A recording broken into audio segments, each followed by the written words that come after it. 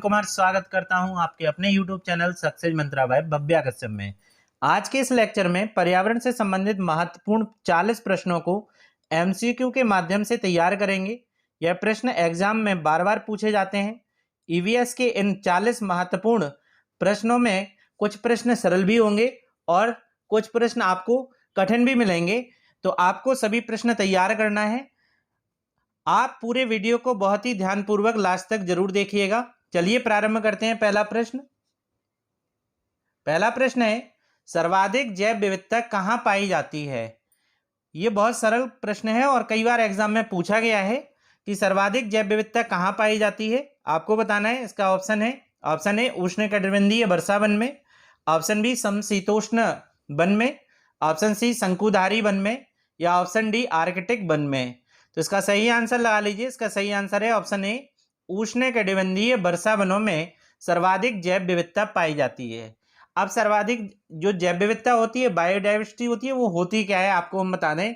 तो जहाँ पे किसी एक स्थान पर विभिन्न प्रकार के पेड़ पौधों का होना और विभिन्न प्रकार के जीव जंतुओं का होना जैव विविधता को जन्म देता है। और उष्णकटिबंधीय जो वर्षा वन है, यहाँ पे रोज बारिश होती है और रोज मौसम साफ होता है, जिस कारण से यहाँ पर वन बहुत ज़्यादा मात्रा में पाए जाते हैं। इसलिए यहाँ पर जहाँ वन भी पाए जाएंगे तो वहाँ पर जीव जंतु की मात्रा भी ज़्यादा होगी। इसलिए यहाँ पर उष्णकटिबंधीय वर्षा वनों में जैव विविधता सर्वाधिक पाई जाती है। चलिए क्वेश्चन नंबर दूसरा देख लेते हैं। क्वेश्चन नंबर दूसरा कह रहा है, सर्वाधिक ओजोन क्षयकारी गैस कौन सी है? तो सर्वाधिक ओजोन क्षयकारी गैस आपको बताना है इनमें से कौन सी है। ऑप्शन ए है नाइट्रोजन, ऑप्शन बी है कार्बन डाइऑक्साइड, ऑप्शन सी है क्लोरोफ्लोरोकार्बन जिसे CFC बोलते हैं, और ऑप्शन डी है मीथेन। तो आपको इसका सही आंसर बताना है। इसका सही आंसर है क्लोरोफ्लोरोकार्बन। ऑप्शन सी इसका सही है। जो ओजोन क्षयकारी गैस होती है, ओजोन O3 ऑक्सीजन के 3 परमाणुओं द्वारा गठित एक अणु होता है। ओजोन एक घातक जहर भी है। ओजोन वायुमंडल के समताप मंडल परत में पाई जाती है। तो समताप मंडल में ये पाई जाने वाली गैस है, जो समताप मंडल में ये पाई जाती है। ये एग्जाम में बहुत ज़्यादा बार पूछा गया है। क्वेश्चन नंबर तीसरा देख लेते हैं। क्वेश्चन नंबर तीसरा कह रहा है, भारतीय वन प्रबंधन संस्थान कहाँ स्थित है? आपको बताना है भारतीय वन प्रबंधन संस्थान कहाँ स्थित है। ऑप्शन ए है दिल्ली में, ऑप्शन बी है बेंगलुरु में, ऑप्शन सी है भोपाल में, और ऑप्शन डी है देहरादून में। तो इसका सही आंसर लगा लीजिए। भारतीय वन प्रबंधन संस्थान मध्य प्रदेश के भोपाल में स्थित है। कहाँ पर है? मध्य प्रदेश के भोपाल में स्थित है, और ये कई बार एग्जाम में पूछा भी गया क्वेश्चन है। क्वेश्चन नंबर 4 देख लीजिए। आज के जितने भी क्वेश्चन हैं सारे के सारे इतने इंपॉर्टेंट हैं, आपको मजा आ जाएगा आखिरी तक। आप जैसे ही वीडियो जब अंत तक देखेंगे बहुत मजा आने वाला है आपको। क्वेश्चन नंबर 4 देख लीजिए। भारत की जैविक विविधता, जिसे जैव विविधता कहते हैं, के लिए हॉट स्पॉट कौन सा है? तो आपको बताना है भारत की जैव विविधता का जो हॉट स्पॉट क्षेत्र है वो कौन सा है। ऑप्शन ए है पश्चिमी घाट, ऑप्शन बी है पूर्वी घाट, ऑप्शन सी है चिल्का झील, और ऑप्शन डी है सुंदरबन। तो आपको इसका सही आंसर बताना है। सही आंसर इसका क्या है? तो आपको हम बता दें कि 2 क्षेत्र भारत के हॉट स्पॉट क्षेत्र कहलाते हैं। हालांकि इनके अलावा भी कुछ क्षेत्र हैं हॉट स्पॉट क्षेत्र जो है, लेकिन 2 मुख्य क्षेत्र जो हैं वो आपको याद रखना है। इसका आंसर ए सही है, पश्चिमी घाट। ये तो पहला क्षेत्र है, और दूसरा जो क्षेत्र है वो है पूर्वी हिमालय। कौन सा है? पूर्वी हिमालय। तो आपको दोनों याद रखना है, पश्चिमी घाट और पूर्वी हिमालय 2 हॉटस्पॉट क्षेत्र हैं, भारत की जैव विविधता के केंद्र हैं। चलिए क्वेश्चन नंबर 5वां देख लेते हैं। क्वेश्चन नंबर 5 कह रहा है, विश्व पर्यावरण दिवस प्रत्येक वर्ष 5 जून को मनाया जाता है। ये बात सत्य है। विश्व पर्यावरण दिवस 5 जून को मनाया जाता है। संयुक्त राष्ट्र सभा ने किस वर्ष विश्व पर्यावरण दिवस की स्थापना की थी? तो आपको बताना है कि किस वर्ष संयुक्त राष्ट्र सभा ने विश्व पर्यावरण दिवस की स्थापना की थी। ऑप्शन देख लीजिए। ऑप्शन ए है 1964, ऑप्शन बी है 1968, ऑप्शन सी है 1976, ऑप्शन डी है 1972। तो इसका सही आंसर लगा लीजिए। इसका सही आंसर है 1972। 1972 में संयुक्त राष्ट्र सभा ने विश्व पर्यावरण दिवस की स्थापना की थी, लेकिन 1973 से 5 जून 1973 में पहला विश्व पर्यावरण दिवस मनाया गया था। अब 1972 में ऐसा क्या किया गया था कि विश्व पर्यावरण दिवस उस दिन मनाया जाने लगा? तो 5 जून 1972 को स्टॉकहोम सम्मेलन हुआ था, जिसमें यह निर्णय लिया गया कि 5 जून को प्रत्येक वर्ष विश्व पर्यावरण दिवस के रूप में मनाया जाएगा। विद्यार्थियों, यहाँ पे आपको एक चीज याद रखनी है, जो हर बार यूपी टेट और सुपर टेट में ये क्वेश्चन पूछा जा रहा है। देखिए, सुपर टेट, पिछले सुपर टेट में जो एग्जाम हुआ उसमें ये क्वेश्चन पूछा गया है कि विश्व पर्यावरण दिवस की थीम क्या है। तो इस बार आने की संभावना होगी कि 5 जून 2023 को विश्व पर्यावरण दिवस की थीम क्या रही है। तो आपको इसकी थीम याद रखना है। मैंने इसे करंट अफेयर्स में पढ़ाया है, तो इसकी थीम याद रखिए, सॉल्यूशन टू प्लास्टिक पॉल्यूशन। फिर से सुन लीजिए, सॉल्यूशन टू प्लास्टिक पॉल्यूशन इस वर्ष की विश्व पर्यावरण दिवस की थीम रही है। क्वेश्चन नंबर 6वें पे चले और देखते हैं क्वेश्चन नंबर 6 क्या कह रहा है। भारत में पारिस्थितिकी के जनक के रूप में निम्नलिखित में से किसे जाना जाता है? तो भारत में पारिस्थितिकी के जनक कौन है, आपको यह बताना है। ऑप्शन ए है रामदेव मिश्रा, ऑप्शन बी है बाबा रामदेव, ऑप्शन सी है वंदना शिवा, ऑप्शन डी है मेघा पाटेकर।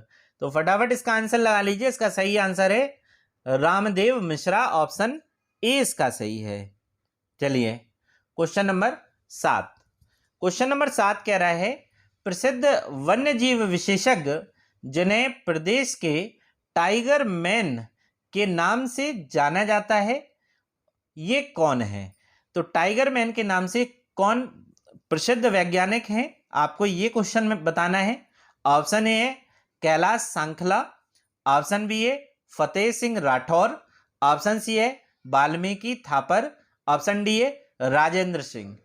तो राजेंद्र सिंह को तो जल पुरुष के नाम से जाना जाता है, सभी जानते हैं। कौन है ये? वाटरमैन है, ये जल पुरुष कहे जाते हैं। तो कैलाश सांखला इसके सही आंसर है, जिसे टाइगर मैन के नाम से जाना जाता है। तो जो बाघ परियोजना स्टार्ट की गई थी 1973 में, वो उसके लिए इन्होंने बहुत कार्य किया है, कैलाश सांखला ने। चलिए चलते हैं क्वेश्चन नंबर 8 पे और देखते हैं। क्वेश्चन नंबर 8 कह रहे हैं, पारिस्थितिक तंत्र निम्नलिखित में से किसकी सबसे छोटी इकाई है? तो पारिस्थितिक तंत्र इनमें से बताना है किसकी सबसे छोटी इकाई है। ऑप्शन ए है आयन मंडल की, ऑप्शन बी है स्थल मंडल की, ऑप्शन सी है जैव मंडल की, और ऑप्शन डी है मध्य मंडल की। फटाफट आंसर लगा लीजिए, इसका क्या होगा? इन चारों में इसका आंसर है ऑप्शन सी जैव मंडल। यहां पे एक क्वेश्चन का आंसर और भी मैं बताई दे रहा हूं। एक क्वेश्चन बनता है, पारिस्थितिक तंत्र का पहली बार प्रयोग, इस नाम का पहली बार प्रयोग किसने किया था? पारिस्थितिक तंत्र। तो इसका जो पहली बार जो नाम दिया था पारिस्थितिक तंत्र का, वो था एजी टांसले। किसने? एजी टांसले ने। किसने? एजी टांसले ने पारिस्थितिक तंत्र का पहली बार नाम का प्रयोग किया था। ठीक है ना, पारिस्थितिक तंत्र के ये जनक कहे जाते हैं, A G Tansley. Question number 9। Question number 9 देख लेते हैं। अधिकतम ओजोन क्षरण निम्नलिखित में से कहां देखा गया है?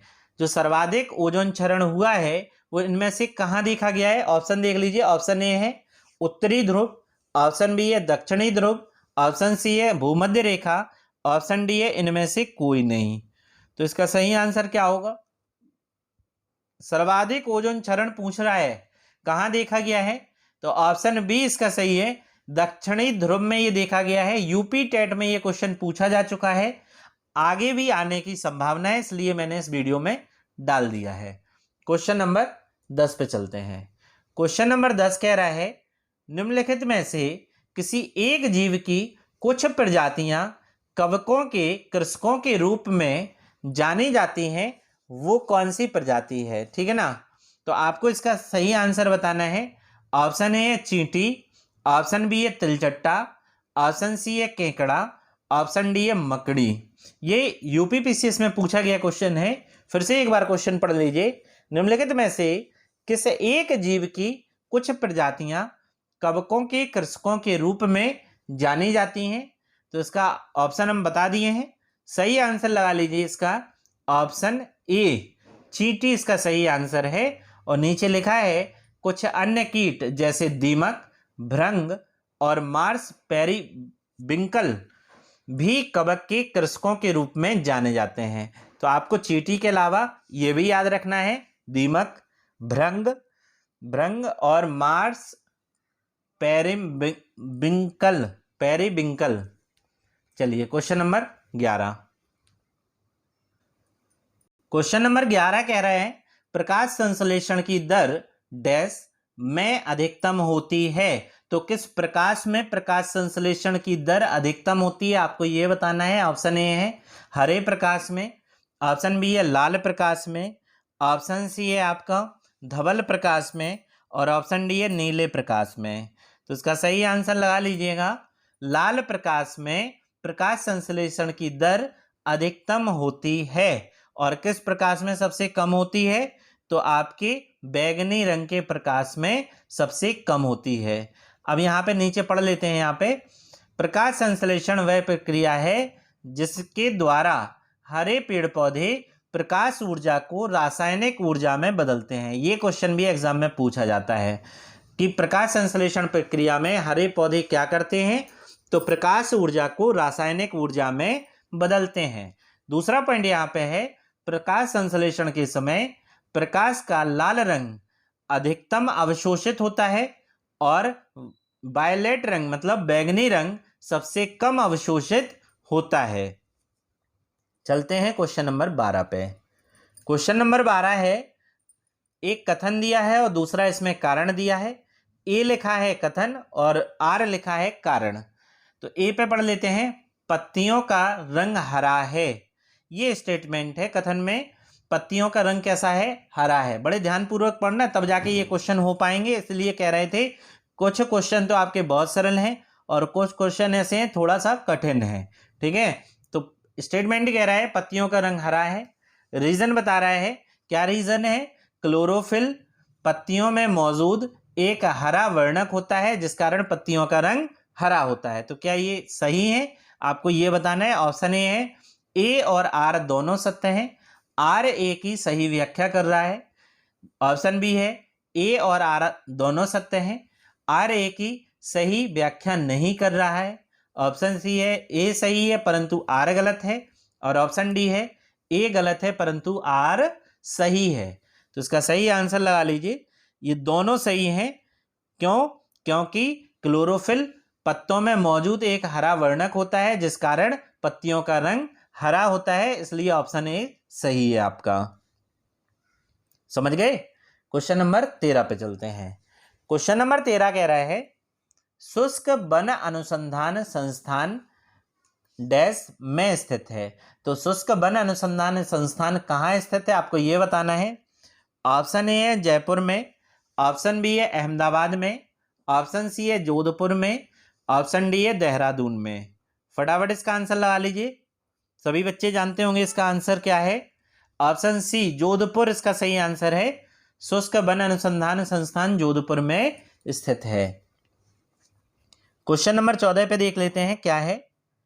पौधों में भोजन का परिवहन, ये बार बार रिपीट होता है इसलिए मैंने इसे डाला है। एक भोजन का होता है और एक जल का होता है, ठीक है ना, दोनों में बताए दे रहा हूं आपको। यहाँ पे क्वेश्चन क्या है पहले उसे देख लेते हैं, फिर जल का बाद में बता देंगे।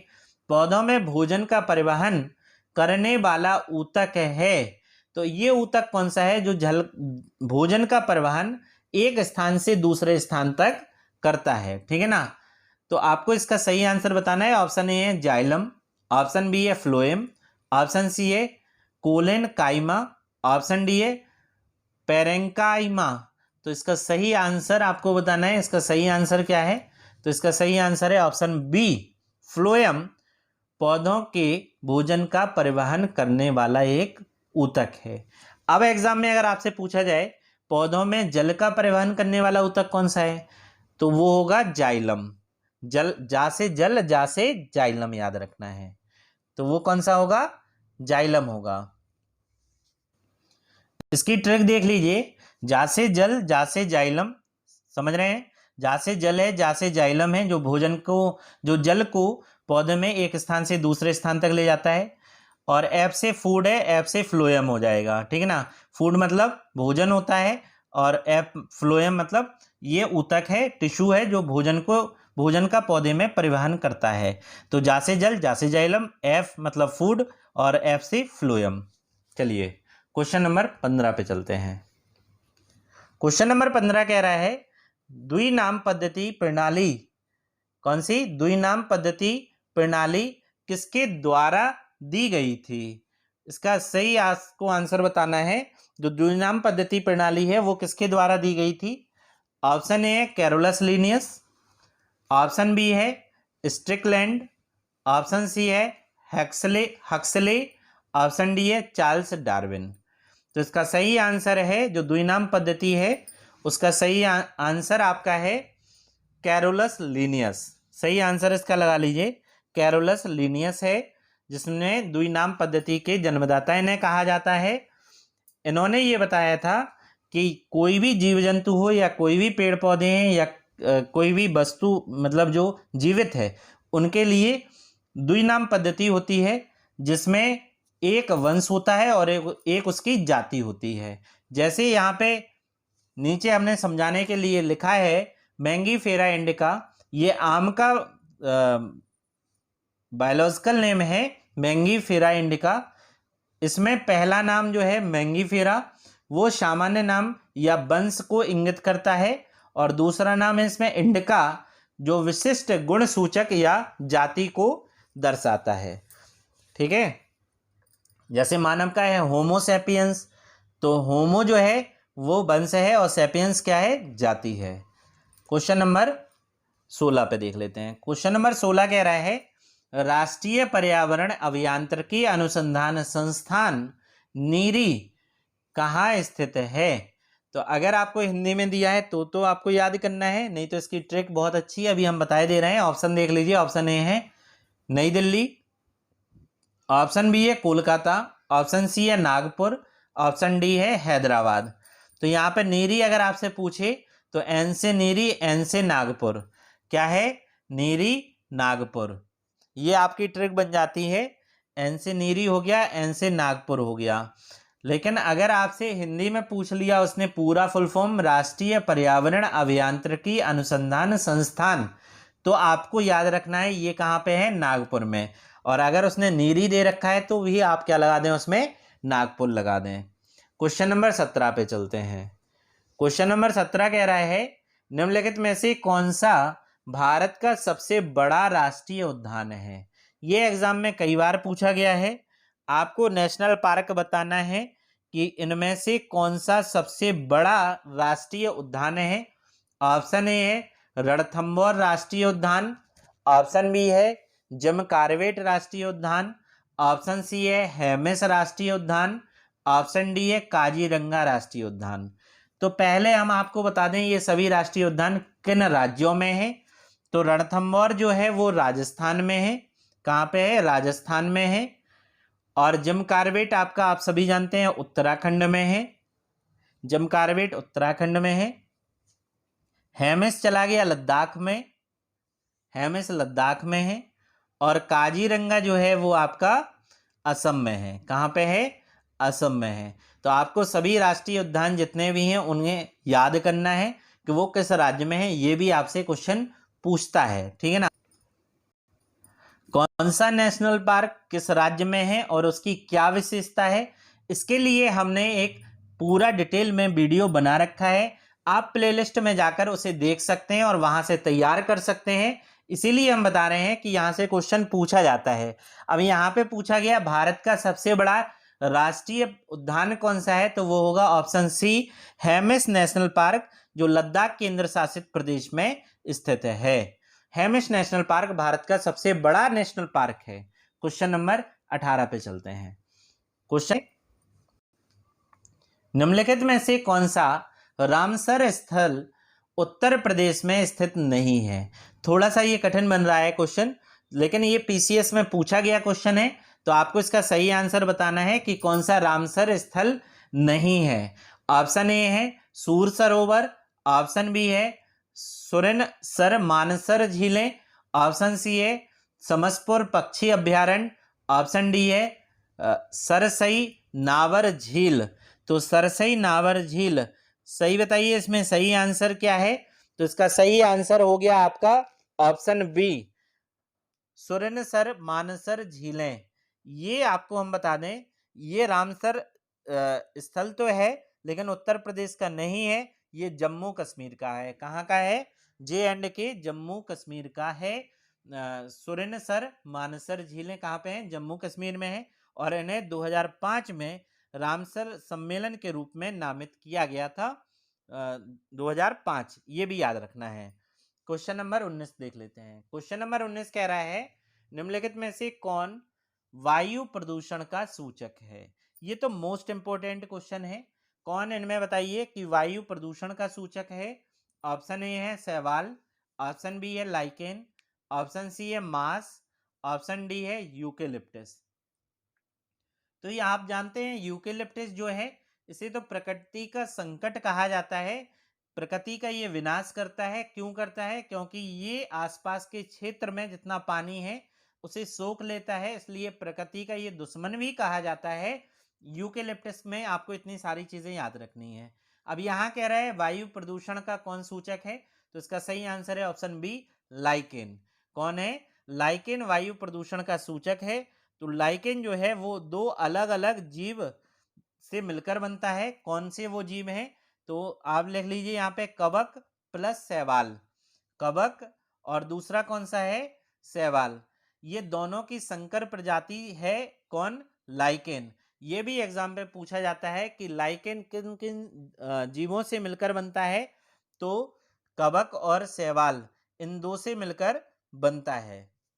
चलिए क्वेश्चन नंबर 20 देख लेते हैं। अब क्वेश्चन नंबर 20 है जल प्रदूषण निवारण और नियंत्रण अधिनियम किस वर्ष लागू किया गया था? सही आंसर बताना है आपको इन चारों में से। जल प्रदूषण निवारण और नियंत्रण अधिनियम किस वर्ष लागू किया गया था? ऑप्शन ए है 1980 में, ऑप्शन बी है 1981 में, ऑप्शन सी है 1974 में, ऑप्शन डी है इनमें से कोई नहीं। तो सही आंसर लगा लीजिए। इसका सही आंसर है ऑप्शन सी 1974 में जल प्रदूषण निवारण और नियंत्रण अधिनियम लागू किया गया था। यह भी एग्जाम में आया हुआ क्वेश्चन है। जो भी विद्यार्थी हमारे चैनल पर पहली बार विजिट कर रहे हैं वो चैनल को सब्सक्राइब कर लें और बेल आइकन को दबाना ना भूलें ताकि आपको नोटिफिकेशन सीधे मिल सकें। अगर आपको हमारे वीडियो की क्वालिटी, वीडियो का कंटेंट और हमारे टीचरों की मेहनत पसंद आ रही है तो वीडियो को लाइक और शेयर जरूर किया कीजिए। चलते हैं क्वेश्चन नंबर 21 की ओर, देखते हैं क्वेश्चन नंबर 21 क्या है। क्वेश्चन नंबर 21 कह रहा है, थोड़ा सा कठिन है ये क्वेश्चन, आप थोड़ा सा दिमाग लगाएंगे आंसर आ जाएगा इसका। क्वेश्चन नंबर 21 कह रहा है निम्नलिखित में से कौन सा युग्म सम्मिलित नहीं है? तो आपको ये बताना है इन चारों में से कौन सा युग्म जो है वो सम्मिलित नहीं है। संस्थान दिया है और उसकी स्थिति दी है कि कहां पर है वो। ऑप्शन ए है, इसमें देख लीजिए क्या है ऑप्शन में। ऑप्शन ए है अंतरराष्ट्रीय सस्य वानिकी अनुसंधान केंद्र, ये नैरोबी में है। क्या ये सही है? ऑप्शन बी कह रहा है भारतीय वन प्रबंधन संस्थान, तो भारतीय वन प्रबंधन संस्थान भोपाल में, अभी मैंने आपको बताया है, ये तो बिल्कुल सही है आपका। ऑप्शन सी है केंद्रीय सस्य वानिकी अनुसंधान संस्थान बांदा, क्या ये सही है आपको बताना है? या टाटा ऊर्जा अनुसंधान संस्थान नई दिल्ली, तो आपको इन चारों में से बताना है कौन सा गलत है। तो यहाँ पे देख लीजिए, यहाँ पे ऑप्शन सी वाला जो है वो गलत है। केंद्रीय सस्य वानिकी अनुसंधान संस्थान ये बांदा में नहीं है। ये कहाँ पे है? तो ये झांसी में है। कहाँ पे है? झांसी में है। ये झांसी उत्तर प्रदेश में है, केंद्रीय सस्य वानिकी अनुसंधान संस्थान। बाकी तीन आपके टैली कर रहे थे, तीन आपके सही थे। अंतरराष्ट्रीय सस्य वानिकी अनुसंधान केंद्र नैरोबी में है, भारत वन प्रबंधन संस्थान मध्य प्रदेश के भोपाल में है, टाटा ऊर्जा अनुसंधान संस्थान नई दिल्ली में है। क्वेश्चन नंबर 22 पे चलते हैं। क्वेश्चन नंबर 22 कह रहा है मॉन्ट्रियल प्रोटोकॉल किससे संबंधित है? तो मॉन्ट्रियल प्रोटोकॉल बताना है ये किससे संबंधित है? ये एक समझौता किया गया था। किसके लिए समझौता किया गया था, कब किया गया था, इसमें बाद में चर्चा करेंगे। पहले क्वेश्चन देख लेते हैं, मॉन्ट्रियल प्रोटोकॉल किससे संबंधित है? ऑप्शन ए है जलवायु परिवर्तन से, ऑप्शन बी है ओजोन परत ह्रास से, ऑप्शन सी है लुप्तप्राय पक्षी से, ऑप्शन डी है विलुप्त प्रजाति से। तो सही है, इसका आंसर लगा लीजिए ओजोन परत ह्रास। ओजोन परत की गिरावट को लेकर मॉन्ट्रियल प्रोटोकॉल एक समझौता किया गया था 1987 में, 1987 में। ये एक समझौता था जिसपे कई देशों ने हस्ताक्षर किए थे कि ओजोन परत ह्रास जो हो रहा है उसको लेकर इसमें बात कही गई थी। क्वेश्चन नंबर 23 पे चलते हैं। क्वेश्चन नंबर 23 कह रहा है वन संरक्षण अधिनियम किस वर्ष पारित किया गया था? तो ये तो पर्यावरण का पेपर में अगर ये क्वेश्चन ना आए तो वो पेपर ही नहीं बना होगा।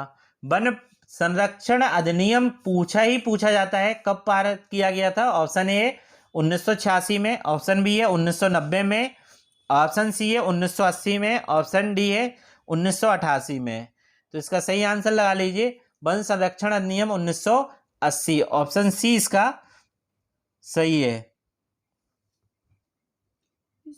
क्वेश्चन नंबर 24 देख लीजिए, पर्यावरण संरक्षण अधिनियम किस वर्ष पारित किया गया? क्वेश्चन नंबर 23 में कह रहा है वन संरक्षण अधिनियम कब पारित हुआ, क्वेश्चन नंबर 24 में कह रहा है पर्यावरण संरक्षण अधिनियम किस वर्ष पारित हुआ। दोनों आपको रट लेने हैं। वन संरक्षण अधिनियम 1980 रटना है, तो पर्यावरण संरक्षण अधिनियम आपको बताना है। ऑप्शन ए है 1982 में, ऑप्शन बी है 1988 में, ऑप्शन सी है 1986 में, ऑप्शन डी है 2001 में। तो इसका आंसर लगा लीजिए ऑप्शन सी 1986 में पर्यावरण संरक्षण अधिनियम पारित हुआ। और अगर आपसे वन संरक्षण अधिनियम पूछे तो 1980 लगाना है आपको। क्वेश्चन नंबर 25 पे चलते हैं। क्वेश्चन नंबर 25 देख लेते हैं। इसमें सूची दी गई है, सूची फर्स्ट और सूची सेकंड में आपको मिलान करना है कि इनमें कौन सा आंसर आपका सही होगा। तो यहाँ पे दिया है सुमिलित कीजिए, और इसमें कोड दिया है। सूची फर्स्ट में दिया है जीव मंडल आरक्षित क्षेत्र है और दूसरे में उसका स्थान है। तो इसका देख लेते हैं। ऑप्शन ए है नौकरेक केरल, ऑप्शन बी मानस असम, सी दिहांग दिवांग मेघालय और डी अगस्तमलाई अरुणाचल प्रदेश। फटाफट इसका मिलान कर लेते हैं। पहले इसका आंसर सही क्या होगा, तो यहाँ पे नौकरेक का लगा लीजिए मेघालय, ए का सी। तीसरा नौकरेक कहाँ पे है, मेघालय में है। मानस असम में है, मानस का लगा लीजिए दूसरा। मानस कहाँ है, असम में है। दिहांग दिवांग अरुणाचल प्रदेश में है। और क्या बचा है, अगस्तमलाई बचा है, तो केरल में है। तो आप आंसर फटाफट लगा लीजिए। इसका आंसर होगा ऑप्शन बी, ए का तीसरा, बी का दूसरा, सी का चौथा, डी का पहला। तो आप यहां पे कर चुके हैं। क्वेश्चन नंबर 26 पे चलते हैं। क्वेश्चन नंबर 26 कह रहा है चंदौली राष्ट्रीय उद्यान निम्नलिखित में से किस राज्य में स्थित है? तो चंदौली आपको बताना है इनमें से किस राज्य में स्थित है। ऑप्शन ए है बिहार, ऑप्शन बी है तेलंगाना, ऑप्शन सी है उत्तराखंड, ऑप्शन डी है महाराष्ट्र। तो चंदौली अगर पूछा है तो इसका आंसर होगा महाराष्ट्र। क्या है आंसर, महाराष्ट्र। देखिए मैं बार बार आपसे कह रहा हूं, मैंने इसका डिटेल पढ़ा रखा है नेशनल पार्क का, प्लेलिस्ट में जाके आप देख लीजिए और वहां पे आप उसे पूरा तैयार कर लीजिए, नोट्स भी उसका तैयार कर लीजिए। ये हर एग्जाम में नेशनल पार्क पूछे जाते हैं। क्वेश्चन नंबर 27 पे चलते हैं। क्वेश्चन नंबर 27 कह रहा है फ्लाई ऐश प्रदूषण कैसे होता है? ये बहुत इंपॉर्टेंट है, ये पूछा भी गया है टेट में। फ्लाई ऐश प्रदूषण कैसे होता है? ऑप्शन ए है तेल शोधन से, ऑप्शन बी है उर्वरक उद्योग से, ऑप्शन सी है ताप विद्युत संयंत्र से और ऑप्शन डी है खनन से। तो इसका सही आंसर लगा लीजिए। इसका सही आंसर है ताप विद्युत संयंत्र से फ्लाई ऐश प्रदूषण होता है। क्वेश्चन नंबर 28 पे चलते हैं। क्वेश्चन नंबर 28 कह रहा है भारतीय चारागाह एवं चारा अनुसंधान संस्थान कहाँ स्थित है? तो आपको बताना है ये चारागाह एवं चारा अनुसंधान संस्थान इनमें से कहाँ स्थित है। ऑप्शन ए है झांसी, ऑप्शन बी है लखनऊ, ऑप्शन सी है जयपुर, ऑप्शन डी है कोटा। फटाफट इसका आंसर लगा लीजिए। इसका सही आंसर है ऑप्शन ए झांसी। झांसी, उत्तर प्रदेश के झांसी में भारतीय चारागाह एवं चारा अनुसंधान संस्थान स्थित है। क्वेश्चन नंबर 29 देख लेते हैं। क्वेश्चन नंबर 29 कह रहा है कौन सा एक बायोस्फीयर रिजर्व भारत के 3 राज्यों में फैला है।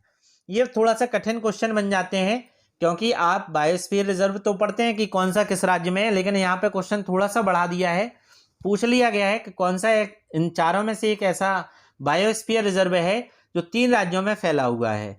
तो जब तक आपको इंडियन ज्योग्राफी की सही से जानकारी नहीं है तब तक आप ऐसे क्वेश्चन नहीं कर सकते हैं। तो आपको मैपिंग बहुत अच्छी आनी चाहिए, तो आप मैपिंग भी तैयार कर लीजिएगा। ऑप्शन ए है मानस, ऑप्शन बी है पचमढ़ी, ऑप्शन सी है अगस्त माला, ऑप्शन डी है नीलगिरी।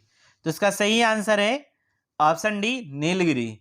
नीलगिरी जो है वो भारत के 3 राज्यों में फैला हुआ वन आरक्षित क्षेत्र है, बायोस्फीयर रिजर्व है। ये कौन कौन से राज्यों में फैला है, तो तमिलनाडु में, कर्नाटक और केरला में। तमिलनाडु, कर्नाटक और केरल, ये 3 राज्यों में फैला हुआ है। मैपिंग के लिए मैं कोशिश करूंगा कि आपके लिए क्लास स्टार्ट कर दूं। इंडियन ज्योग्राफी और वर्ल्ड ज्योग्राफी की मैपिंग में आपको थोड़ा बहुत कराऊंगा, थोड़ा बहुत नहीं, मैं अच्छा खासा कराऊंगा ताकि आप एग्जाम में अच्छा करके आएँ। ठीक है, क्वेश्चन नंबर 29 हो गया है, 30 पे चलते हैं। क्वेश्चन नंबर 30 कह रहा है कार्बन क्रेडिट की अवधारणा कहाँ उत्पन्न हुई है। तो कार्बन क्रेडिट की अवधारणा इनमें से कहाँ उत्पन्न हुई है। Earth summit, option A earth summit Rio de Janeiro में, ऑप्शन बी है क्योटो प्रोटोकॉल में, ऑप्शन सी है मॉन्ट्रियल प्रोटोकॉल में, ऑप्शन डी है G8 समिट। तो इसका सही आंसर लगा लीजिए। इसका सही आंसर है कार्बन क्रेडिट के लिए है क्योटो प्रोटोकॉल। कहाँ से कार्बन क्रेडिट, कहाँ से क्योटो प्रोटोकॉल। चलिए क्वेश्चन नंबर 31 देखते हैं। क्वेश्चन नंबर 31 है निम्नलिखित में से कौन सा एक प्राकृतिक स्रोत नहीं है। इनमें चारों में से बहुत ही सरल क्वेश्चन है, ये तो बिल्कुल रीजनिंग जैसा क्वेश्चन है। आपको ये बताना है कौन सा एक प्राकृतिक स्रोत नहीं है। ऑप्शन ए है मृदा, ऑप्शन बी है जल, ऑप्शन सी है वायु, ऑप्शन डी है बिजली। तो इसका सही आंसर क्या होगा, बिजली। बिजली एक प्राकृतिक स्रोत नहीं है, ये आर्टिफिशियल स्रोत है। बिजली का यहाँ पे ये नहीं है, आकाशीय बिजली अगर दिया होता तो आप प्राकृतिक स्रोत लगा सकते थे, लेकिन यहाँ पे केवल बिजली दिया है, इलेक्ट्रिसिटी की ये बात कर रहा है, इसलिए आंसर यहाँ पे डी सही होगा। क्वेश्चन नंबर 32 देख लेते हैं। क्वेश्चन नंबर 32 कह रहा है प्रकाश संश्लेषण में कौन सी गैस जो है उत्पादित होती है। तो प्रकाश संश्लेषण की क्रिया में कौन सी गैस उत्पादित होती है। ऑप्शन ए है हीलियम, ऑप्शन बी है ओजोन, ऑप्शन सी है नाइट्रोजन, ऑप्शन डी है ऑक्सीजन।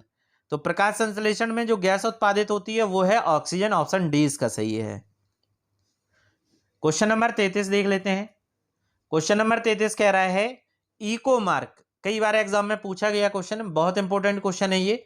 इको मार्क प्रतीक निम्नलिखित में से किससे संबंधित है। ऑप्शन ए है सर्वोच्च गुणवत्ता की सामग्री से, ऑप्शन बी है निर्यातित सामग्री से, ऑप्शन सी है पर्यावरण के लिए सुरक्षित सामग्री से, ऑप्शन डी है आयातित सामग्री से। तो आप इसका सही आंसर क्या लगाएंगे, सही आंसर इसका होगा ऑप्शन सी पर्यावरण के लिए सुरक्षित सामग्री से। क्वेश्चन नंबर 34 पे चलते हैं। क्वेश्चन नंबर 34 कह रहा है ओजोन परत की मोटाई मापी जाती है। ये तो फेवरेट क्वेश्चन है पर्यावरण का। ओजोन परत की मोटाई किससे मापी जाती है। ऑप्शन ए है ppm, ऑप्शन बी है ppb, ऑप्शन सी है डॉप्सन इकाई, ऑप्शन डी है डेसिबल। तो डेसिबल में तो ध्वनि की तीव्रता मापी जाती है, डॉप्सन इकाई से ओजोन परत की मोटाई मापी जाती है। तो ओजोन परत कहाँ पाई जाती है, समताप मंडल में पाई जाती है। ये भी आपको याद रखना है, समताप मंडल में ओजोन परत पाई जाती है जो सूर्य से आने वाली हानिकारक परावैंगनी किरणों को पृथ्वी पर आने से रोकती है। चलिए क्वेश्चन नंबर 35 देख लेते हैं। क्वेश्चन नंबर 35 कह रहा है एक खाद्य श्रृंखला में विषाक्त पदार्थों के निर्माण को निम्न में से रूप से जाना जाता है। जो विषाक्त पदार्थ हैं उनके निर्माण को इनमें से किस रूप में जाना जाता है। ऑप्शन ए है जैव वृद्धि, ऑप्शन बी है जैव संचय, ऑप्शन सी है जैव आवर्धन, ऑप्शन डी है जैव अवक्रमण। तो इसका सही आंसर क्या होगा, इसका फटाफट इसका आंसर लगा लीजिए। ऑप्शन सी जैव आवर्धन इसका सही आंसर होगा। अब ये जैव आवर्धन क्या है? तो आहार श्रृंखला के माध्यम से नष्ट ना होने योग्य प्रदूषकों की बढ़ती हुई मात्रा का संचयन जैव आवर्धन कहलाता है। आपको ये चीज याद रखनी है। क्वेश्चन नंबर 36 देख लेते हैं। क्वेश्चन नंबर 36 कह रहा है इनमें से कौन सा राष्ट्रीय उद्यान मध्य प्रदेश में नहीं है? तो आप जानते हैं कि सर्वाधिक अगर नेशनल पार्क पूछे जाएं किस राज्य में है तो वो मध्य प्रदेश में है। अब ये कह रहा है कि इनमें से कौन सा नेशनल पार्क मध्य प्रदेश में नहीं है। ऑप्शन ए है बांधवगढ़ राष्ट्रीय उद्यान, ऑप्शन बी है Nagzira national park, option C है Madhav national park, option D है संजय नेशनल पार्क। तो इसका सही आंसर लगाना है आपको। तो सही आंसर होगा option B Nagzira national park. आपके मध्य प्रदेश में नहीं है, ये महाराष्ट्र में है। कहाँ पे है? महाराष्ट्र में है। ये आपके महाराष्ट्र में है नागझिरा नेशनल पार्क। बाकी बांधवगढ़, माधव और संजय नेशनल पार्क मध्य प्रदेश में। ये तीनों मध्य प्रदेश में है, नागझिरा महाराष्ट्र में है। क्वेश्चन नंबर 37 देख लेते हैं। क्वेश्चन नंबर 37 है केंद्रीय औषधि एवं सगंध पौधा संस्थान स्थित है। फिर से सुन लीजिए, केंद्रीय औषधि एवं सगंध पौधा संस्थान कहाँ स्थित है? ऑप्शन ए है लखनऊ में, ऑप्शन बी है वाराणसी में, ऑप्शन सी है गोरखपुर में, ऑप्शन डी है बलिया में। तो इसका सही आंसर लगाना है आपको। क्या है? ऑप्शन ए उत्तर प्रदेश के लखनऊ में केंद्रीय औषधि एवं सगंध पौधा संस्थान स्थित है। क्वेश्चन नंबर 38 पे चलते हैं। क्वेश्चन नंबर 38 कह रहा है निम्न में कौन से जीव समूह में सर्वाधिक जैव विविधता होती है? कौन से जीव समूह इनमें से ऐसे हैं जिसमें सर्वाधिक जैव विविधता पाई जाती है? जैव विविधता की डेफिनेशन हमने अभी आपको बताई थी कि जहां पर पहले क्वेश्चन में ये जैव विविधता था कि सर्वाधिक जैव विविधता कहाँ पाई जाती है, तो आपने बताया था उष्णकटिबंधीय वर्षावनों में। यहाँ पे जैव विविधता क्या है? जहाँ पे किसी एक स्थान पर विभिन्न प्रकार के पेड़ पौधों का होना, विभिन्न प्रकार के जीव जंतुओं का होना जैव विविधता को जन्म दे रहा था। तो इन चारों में जैव विविधता किसमें पाई जाती है? ऑप्शन ए मत्स्य में, ऑप्शन बी है उभयचर में, ऑप्शन सी स्तनधारी या ऑप्शन डी कवक में। तो कवक जो है उसमें सर्वाधिक जैव विविधता होती है। किसमें? कवक में सर्वाधिक जैव विविधता होती है। Question number 39। क्वेश्चन नंबर 39 कह रहा है रेगुर मिट्टी निम्न में से किस मृदा का एक अन्य नाम है? तो रेगुर या कपासी मृदा इसे कहा जाता है। कौन सी मृदा कहा जाता है? कपासी मृदा कहा जाता है। ये इसका एक अन्य नाम और है। आपको बताना है ये किस मृदा का नाम है। ये दोनों कपासी और रेगुर। ऑप्शन देख लीजिए। ऑप्शन ए है शुष्क मृदा, ऑप्शन बी है लैटेराइट मृदा, ऑप्शन सी है जलोढ़ मृदा या ऑप्शन डी काली मृदा। तो इसका सही आंसर लगा लीजिए। इसका सही आंसर है काली मृदा। काली मिट्टी जो होती है उसमें उसे रेगुर मिट्टी या कपासी मिट्टी कहा जाता है। अगला और आखिरी क्वेश्चन देख लेते हैं आज का। लियोपोल्ड मैट्रिक्स किससे जुड़ा हुआ है? यह क्वेश्चन आई होप आप लोगों के लिए थोड़ा सा कठिन है और थोड़ा सा नया भी है। लियोपोल्ड मैट्रिक्स किससे जुड़ा हुआ है? ऑप्शन ए है मौसम भविष्यवाणी से, ऑप्शन बी है पर्यावरण कानून से, ऑप्शन सी है पर्यावरण प्रभाव आकलन विधि से या ऑप्शन डी है आपदा प्रबंधन से। तो फटाफट इसका आंसर बताइएगा आप क्या है? Leopold matrix. इसका सही आंसर है ऑप्शन सी पर्यावरणीय प्रभाव और आकलन विधि कहलाती है लियोपोल्ड मैट्रिक्स। आज मैंने आपको ईवीएस के 40 महत्वपूर्ण प्रश्नों को सॉल्व कराया है। आप कमेंट बॉक्स में हमें ये बताइएगा कि 40 में से आपको कितने प्रश्न आप पे बन पा रहे थे या कितने प्रश्न आपसे नहीं बने। तो आप इसका कमेंट बॉक्स में हमें लिख के बताएंगे। उम्मीद करता हूं आज का लेक्चर आपको पसंद आया होगा। अगर आपको आज का लेक्चर पसंद आया है तो हमारे यूट्यूब चैनल जिसका नाम है सक्सेस मंत्रा बाय भव्या कश्यप, उसे सब्सक्राइब करें, लाइक करें, कमेंट करें और अपने दोस्तों में ज़्यादा से ज़्यादा शेयर करें।